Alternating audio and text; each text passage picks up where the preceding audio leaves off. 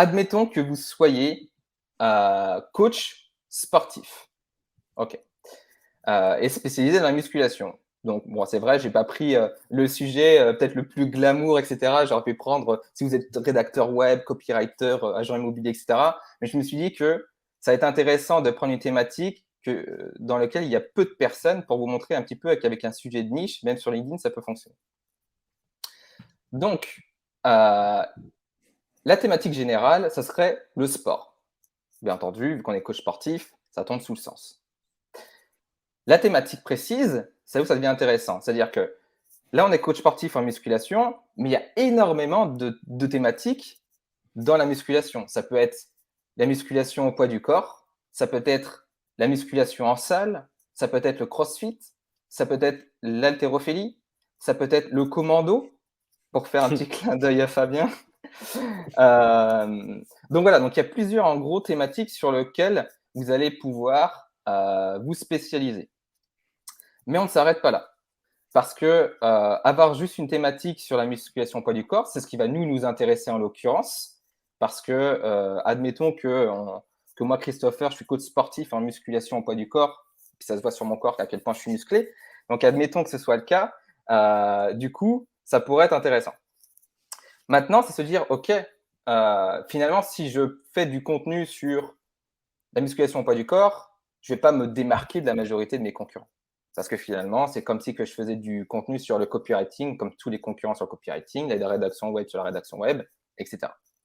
L'idée, c'est de se dire, OK, est-ce que moi, ça ne serait pas intéressant finalement que je creuse un peu plus cette thématique-là et que j'essaie de trouver un positionnement qui va être différenciant.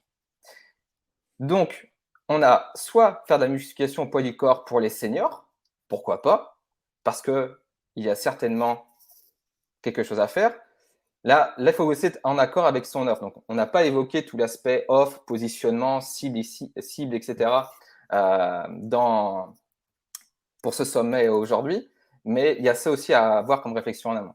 Donc, admettons que vous ayez une offre qui soit aussi dédiée à la musculation pour les seniors. Vous pourrez très bien envisager de réfléchir à du contenu qui soit dédié et spécifique pour la musculation au poids du corps pour les seniors, et donc ça fait un positionnement démographique. Également, il peut y avoir aussi la musculation au poids du corps pour les débutants. Donc là, c'est un positionnement plutôt pris. Ça pourrait être la musculation au poids du corps pour les CEO, la musculation au poids du corps dans l'environnement entreprise.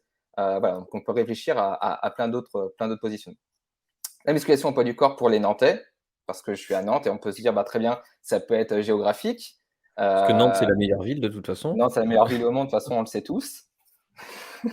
Là, on va se faire ruer dans les commentaires.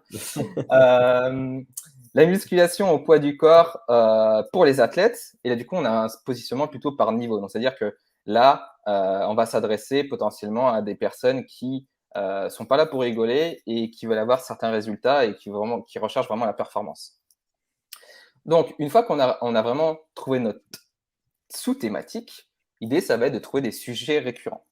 Donc, c'est vrai que dans la musculation au poids du corps, donc on reprend ici la thématique précise, on peut avoir des sujets récurrents qui vont être globalement ici beaucoup plus, qui vont être un peu plus précis. Donc, les sujets récurrents dans la musculation au poids du corps, et c'est valable aussi pour la musculation de manière générale, ça va être l'alimentation, ça va être les entraînements, l'équipement, le mental sportif, le sommeil, et on peut réfléchir encore à plein d'autres sujets récurrents dans notre propre thématique. Donc, si jamais vous n'avez aucune idée, ce qui me paraît très bizarre parce que quand même, vous avez le temps de graviter dans votre écosystème, mais voilà, si c'est le cas, googlez votre ami et vous pouvez trouver énormément d'articles qui vont parler de votre sujet. Donc, il suffit de taper votre thématique précise ou votre sous-thématique sur Google et vous allez trouver énormément d'articles. Et du coup, l'idée, c'est de regarder tous les liens qui ressortent sur Google, dans Google Suggestions, etc., déjà dans un premier temps, pour voir un petit peu quels sont les sujets récurrents, les top articles qui ressortent sur certaines thématiques. En l'occurrence, moi, en faisant l'exercice, il y a eu plein de contenus qui parlaient d'alimentation, d'entraînement, d'équipement, de mental sportif et de sommeil. Ok, c'est bien beau, Christopher, t'es mignon avec tout ça, mais qu'est-ce qu'on en fait? Qu'est-ce qu'on en fait de tout Et ce que nos tu viens posts de nous dire LinkedIn. ici? Voilà. Moi, j'ai envie de faire du post LinkedIn, j'ai envie que ça marche pour moi. Alors maintenant, qu'est-ce qu'on fait? C'est là où justement la méthode des 4A intervient et qu'elle va venir se coupler avec tout ce qu'on a évoqué ici. La méthode des 4A, c'est que finalement, bon, je les ai traduits, hein, ça sera plus simple. On a finalement des contenus qui vont être actionnables, on a du contenu qui va être analytique, on a du contenu qui va être aspirationnel et du contenu qui va être anthropologique. Donc, le contenu actionnable, finalement, c'est de manière simple comment aider les gens à faire quelque chose étape par étape. Donc, en gros, ça va être des contenus concrets applicables, type conseils, astuces, méthodes, ressources, guides, etc. Donc, ça pourrait être par exemple 3 astuces pour perdre du gras sans machine, ma méthode naturelle pour détruire mes abdos en 12 minutes. Et encore une fois, en n'oubliant pas qu'on s'adresse à des débutants, parce qu'on a choisi le positionnement musculation poids du corps pour les débutants.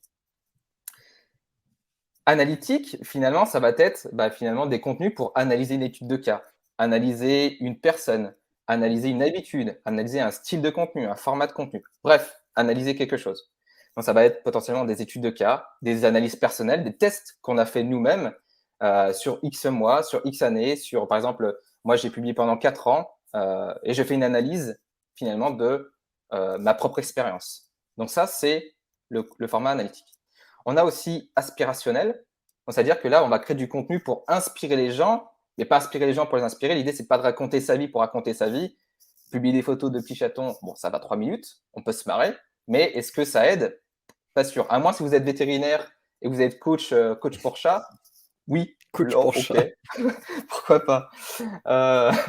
Mais sinon, l'idée, voilà, c'est en gros de raconter un bout de sa vie, c'est-à-dire une anecdote, une histoire, mais au service de son activité. Toujours faire le pont avec son activité. Donc, ça va être par exemple partager des leçons, des erreurs, des réflexions, des histoires. Donc, par exemple, ça pourrait être mes 3 leçons en compétition en street workout. Parce que le street workout, c'est lié à la musculation au poids du corps. J'ai fait des petites recherches. Voilà. D'autres exemples, ça pourrait être je me suis blessé à cause de ces 5 erreurs d'entraînement. Et du coup, là, on explique les 5 erreurs d'entraînement de débutants. Parce qu'on touche encore une fois la musculation au poids du corps pour les débutants. C'est notre positionnement qu'on a choisi. Et enfin, on a anthropologie, donc c'est-à-dire ça va être d'analyser un fait ou analyser une question de manière plus philosophique, mais avec du recul. Donc ça veut dire parler à la nature humaine, à la psychologie humaine, c'est-à-dire les peurs qui peuvent être communes à tous et qui peuvent être surtout, là en l'occurrence, communes à tous les débutants en musculation au poids du corps. Les échecs, les luttes, c'est-à-dire on va comparer une situation X avec une situation Y, c'est-à-dire est-ce qu'il n'est pas plus intéressant de faire de la musculation en salle vs la musculation au poids du corps? Est-ce qu'il est plus intéressant de faire du crossfit vs de la musculation au poids du corps, etc., etc. Donc ça peut être intéressant de comparer les choses. Pour avoir la suite de cet atelier formidable que nous avait délivré Christopher Piton sur la stratégie d'une ligne édito, je t'invite à t'inscrire au grand atelier, le lien est juste en dessous.